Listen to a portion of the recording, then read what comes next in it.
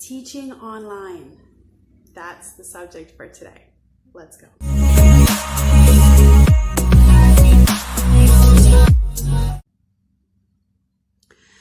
Hi teachers, welcome to the channel. My name is Shannon. I'm a Canadian English teacher teaching in Morocco, and today we are going to talk about how to keep your students engaged and interested in a lesson while teaching online.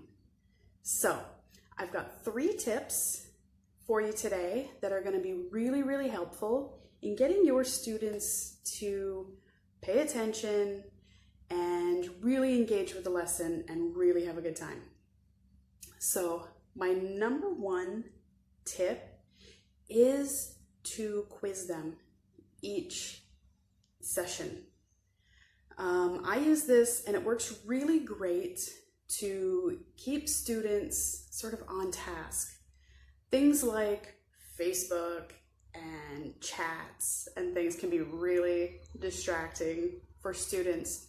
So by giving them a short 5-question quiz at the end of the session is a really great way to keep them paying attention. They're going to need to be engaged in the lesson in order to answer those questions. And you can assign a point system or some kind of prize or certificate at the end, whatever's going to work for you and your students. But I find that it works out really well, especially if your students have a bit of a competitiveness about them. So that's something that I use, and it's worked really well for me for the past couple of years that I've been teaching online.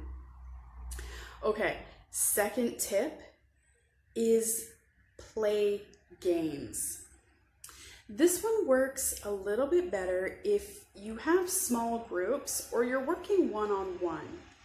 You can play things like, online versions of Scrabble or Boggle, or for larger groups, larger class sizes, you can even do things like scavenger hunts, where you have a list of items.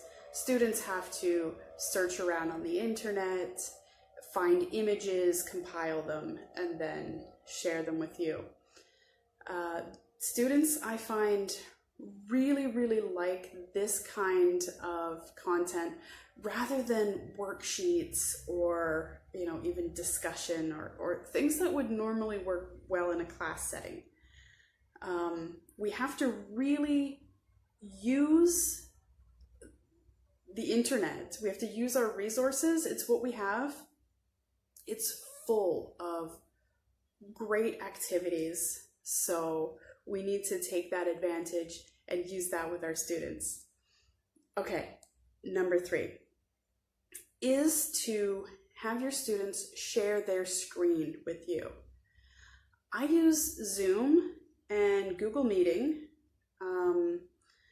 It allows the student to share their screen. This works better, again, with a small group or one-on-one. It can work in a large group if you are targeting students who have a hard time paying attention. So things like the scavenger hunt, once they've found all of their items, they can go ahead and share their screen with you.